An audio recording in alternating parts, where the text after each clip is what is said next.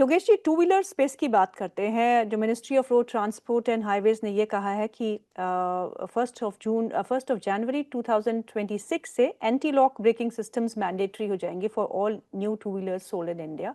जिससे नोमिरा की एक रिपोर्ट कहती है कि the price will go up by 4 to 5%, and that will hit the volumes. That is a fundamental story. But technically, charts पे hero MotoCorp, TVS Motors, Bajaj auto, क्या करना है इनमें? सो अगर टू व्हीलर सेगमेंट की बात करें, so in fact two wheeler segment काफ़ी टाइम से स्टॉक परफॉर्म नहीं कर रहे, एंड चार्ट पे भी उतने स्ट्रांग नहीं है। सो अगर बजाज ऑटो का चार्ट देखे आप, हीरो मोटो का चार्ट देखे, चार्ट में we don't see that much strength. Only stock stock जो बेटर परफॉर्म कर सकता है that is a TVS Motor. तो ये एक स्टॉक देख सकते हैं। अपार्ट फ्रॉम दैट बाकी दो टू व्हीलर स्टॉक्स पे मैं फोकस नहीं करना चाहूंगा। बट ऑटो सेक्टर में मैं दो स्टॉक मेंशन करना चाहूंगा। One stock is M Mahindra Mahindra. ये स्टॉक बेटर लग रहा है in this sector. So four wheeler sector definitely I prefer as compare to two wheeler. पर अक्सर कंजम्पशन एज अ थीम पे हमने बहुत बात की है, और माना जा रहा है कि second half of our financial year FY26 में turn out to be better as far as the consumption, discretionary, non-discretionary is concerned. So what is your view on this space and what would you buy? तो जैसे कि जैसे TVS Motors और Mahindra and Mahindra हमारे भी favourite shares रहे हैं इन auto sector.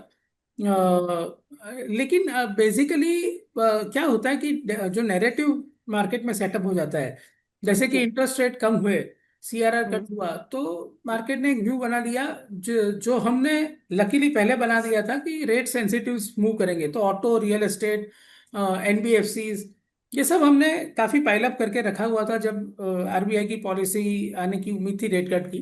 Of course CRR cut was a bazooka, CRR cut we also never expected. लेकिन हम्म। उसके बाद एक अच्छे मूव आए हैं, महिंद्रा एंड महिंद्रा, हुंडई, आप देखिए हर स्टॉक में बहुत अच्छा मूव आया है। तो हमने जी। काफी जगह पे प्रॉफिट बुकिंग भी की है। But hmm. स्ट्रक्चरली अगर आप मुझे पूछो तो टीवीएस और महिंद्रा ऑटो कंपनीज में सबसे बेस्ट स्टॉक्स है जो ऑन द ग्राउंड, जिनका हम्म। एग्जीक्यूशन सबसे परफेक्ट है in terms of hmm. Product launches, in terms of volume growth, in terms of margin improvement. हम्म। ये सबसे बढ़िया स्टॉक्स है within the auto pack. अगर हम्म। दूसरे कंजम्पशन की बात करें, एफएमसीजी, जैसे हम्म। एफएमसीजी में मॉनसून अगर ठीक ठाक रहा और वेल स्प्रेड आउट जी। रहा, जी। तो मॉनसून एफएमसीजी में थोड़ा सा, और एफएमसीजी काफी मतलब सालों से नहीं चला है सेक्टर। करेक्ट। तो उसमें हिंदुस्तान लीवर है, आईटीसी है, कोलगेट है, मैरिको है, ऐसे शेयर्स जो है वो मेरे हिसाब से अगर ये ऑयल के स्पाइक की वजह से और गिरते हैं, यहाँ से हम्म। एशियन हम्म। पेंट्स है, तो ये सब हम्म। स्टॉक्स में ध्यान देना चाहिए। बिकॉज मेरा ये मानना है कि ऑयल अगर बढ़ेगा भी तो वो वहां पे हम्म। सस्टेन नहीं करेगा ज्यादा। तो hmm. I am looking at very closely in terms of कि यहाँ पे पैसा डिप्लॉय करने की अच्छी जगह है अगर क्रूड ओके। ऑयल बहुत बढ़ता है और उसकी वजह से ये स्टॉक गिरते हैं। हम्म। जी। योगेश जी, फार्मा स्पेस में ग्लेनमार्क में आज 4% का इजाफा है, ग्रेन्यूल्स 2% ऊपर है, Laurus lab consistently doing well 2% ऊपर है, बायोकॉन में एक नया रुझान देखने को मिल रहा है फ्रॉम लास्ट फ्यू सेशंस, ये भी हरे निशान में कामकाज करते हैं। Pharma as a space, do you like it? So pharma as a space की बात करें तो not as a space I like it, but ये स्टॉक स्पेसिफिक मैं अगर इसमें से कोई टॉप स्टॉक पिक करना चाहूंगा तो Divi's lab and Laurus lab. In fact हमने लास्ट जो अपना सेशन था वहां पे भी डिस्कस किया था Divi's and Laurus lab, and luckily Laurus lab अच्छा परफॉर्म कर रहा है since then.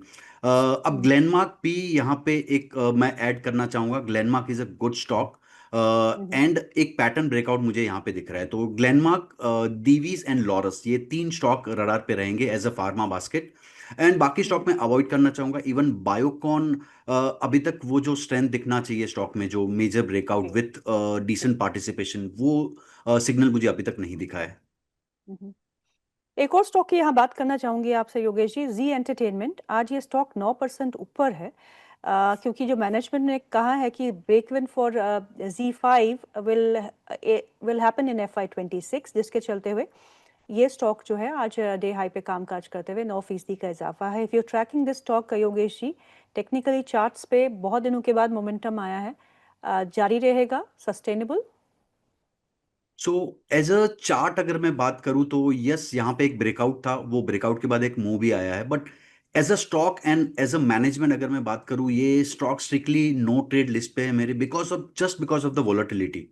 And hmm past में भी हमने देखा है जो मैनेजमेंट का गाइडेंस होता है एंड मैनेजमेंट के जो प्रोमिस होते हैं, उनका फुलफिलमेंट में भी उतना इनलाइन नहीं होता है। सो हम्म आई ये स्टॉक मैं अवॉइड करना चाहूंगा, and specially after such a strong move.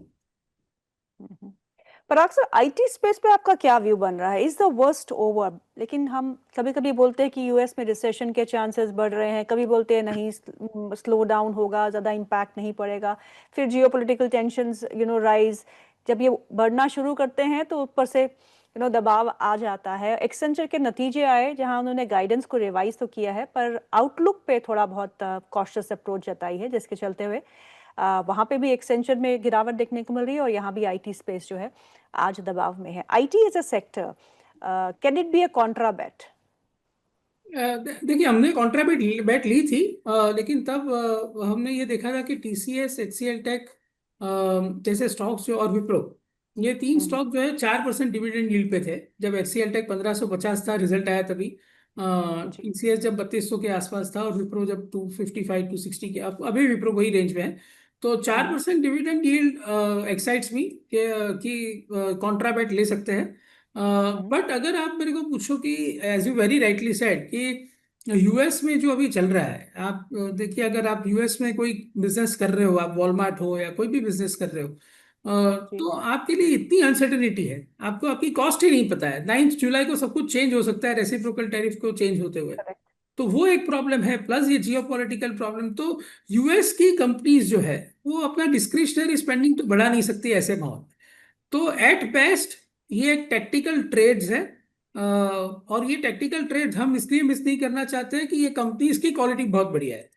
These are very high cash flow generating businesses, very good payouts, very good managements, and so very good dividend yield for us because they pay 80 to 90% of their profits as dividend. हम्म तो हम्म जैसे कि HCL take में मैं आपको बात करूं कि 1500 रुपए के भाव में अगले साल का डिविडेंड 60 रुपया था, 69 रुपीज का ईपीएस है, दे पे आउट 90%। ऐसे ही आज विप्रो में वही है, विप्रो में बायबैक की भी उम्मीद है। हम्म ये सेक्टर एक टैक्टिकल ट्रेड है जब तक US, as you very rightly said, US में रिसेशन की बड़ी खत्म नहीं हो जाती है, और ये हम्म टैरिफ रिलेटेड इश्यूज खत्म नहीं हो जाते, तब तक ये सिर्फ टेक्टिकल ट्रेड है। लेकिन hmm being a fund manager, ये टेक्टिकल ट्रेड्स भी हमको, we have to participate. Because अगर करेक्ट। इंफोसिस या टीसीएस या विप्रो में मुझे 15% का मूव दिख रहा है, तो वो हमें कैप्चर करना ही पड़ता है। सो दैट इज, जी। बट ऐसा नहीं है कि मेरा ये सेक्टर पे कोई बहुत ज्यादा पॉजिटिव व्यू है, खास करके एक साल के व्यू के लिए। हम्म पर अक्सर डोमेस्टिक स्टोरीज आपको कौन सी पसंद है? क्योंकि अगर हम ग्लोबल सिनेरियो देखें तो domestic stories are playing out very well. Any of the stories that you like the most? Yeah, so we are most overweight on cement in our portfolio.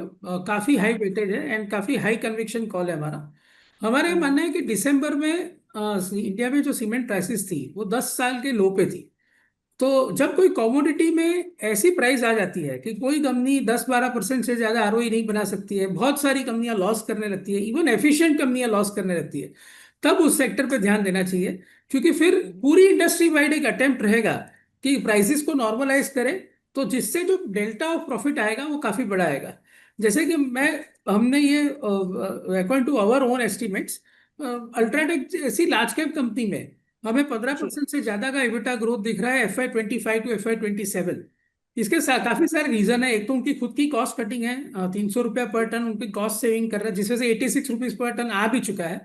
दूसरा, जी। उन्होंने जो एक्वायर की है कैपेसिटी केशोराम और India cement, वो 25 million ton है, उसको पूरा टर्न अराउंड करके अल्ट्राटेक के लेवल के एबिटा पर टन पे लेके आना चाहते हैं। तो अगले 2 से 3 साल में वहां से भी बड़ा बड़ा डेल्टा आ सकता है। प्लस उनका एक कंस्ट्रक्शन केमिकल बिजनेस है जो अभी खाली 921 करोड़ का है, वो 3000 करोड़ का होने जा रहा है। वहां 30 से 40% आरओसी है और 25% मार्जिन है। तो मुझे ऐसा लगता है कि अल्ट्राटेक हो, रैमको हो, श्री सीमेंट हो, ये जो तीन हमारे पीएमएस पोर्टफोलियो के सबसे तीन बड़े पिक्स हैं। तो अगर आज की तारीख में कोई ये सोचे कि मानसून है तो सीमेंट की डिमांड कम है, या क्रूड ऑयल बढ़ गया तो पेटकोक के प्राइस बढ़ सकते हैं, तो उसकी वजह से कोई जी। नेगेटिव व्यू बना सकता है, लेकिन वो एक क्वार्टर के लिए होगा।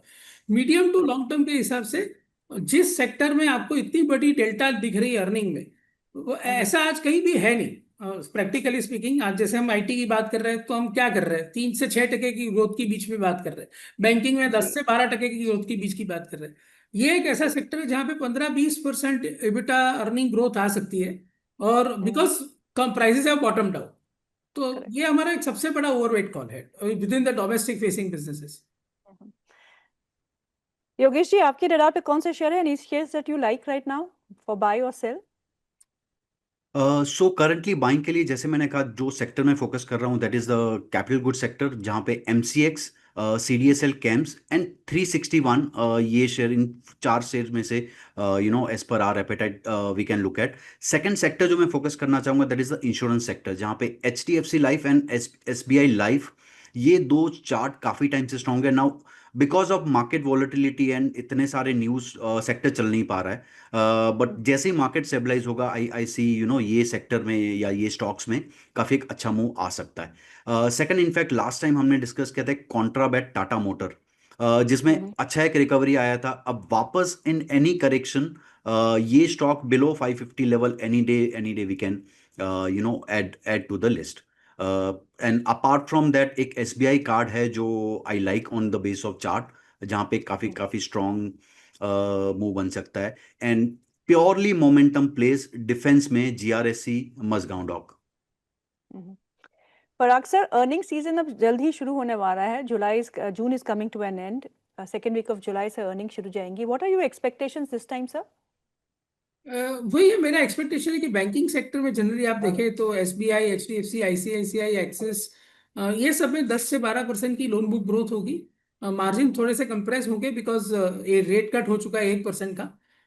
तो वहां पे अर्निंग ग्रोथ म्यूटेड रहेगा मेरे हिसाब से। एफएमसीजी अगेन ये क्वार्टर म्यूटेड रहेगा। जो एक्सपेक्टेशन है अच्छे होने की वो Q3 के बाद है। सीमेंट में हालांकि मार्च क्वार्टर के साथ आप कंपेयर नहीं कर सकते बिकॉज मार्च क्वार्टर में इंडिया में industrial activity, government spending on projects peak पे होता है। तो वॉल्यूम तो 100% गिरेंगे मार्च क्वार्टर से, लेकिन जो प्राइस है वो प्राइस, मार्च वाली प्राइस जो है वो सस्टेन हो गई है। इनफैक्ट साउथ में प्राइसेस काफी बढ़ी है 1 अप्रैल के बाद। तो मेरे हिसाब से आप वाई ओ वाई अगर देखें June to June quarter, June 25 versus June 26, तो आपको सबसे ज्यादा बड़ा डेल्टा सीमेंट सेक्टर में देखने को मिल सकता है बिकॉज ऑफ हायर प्राइसेस।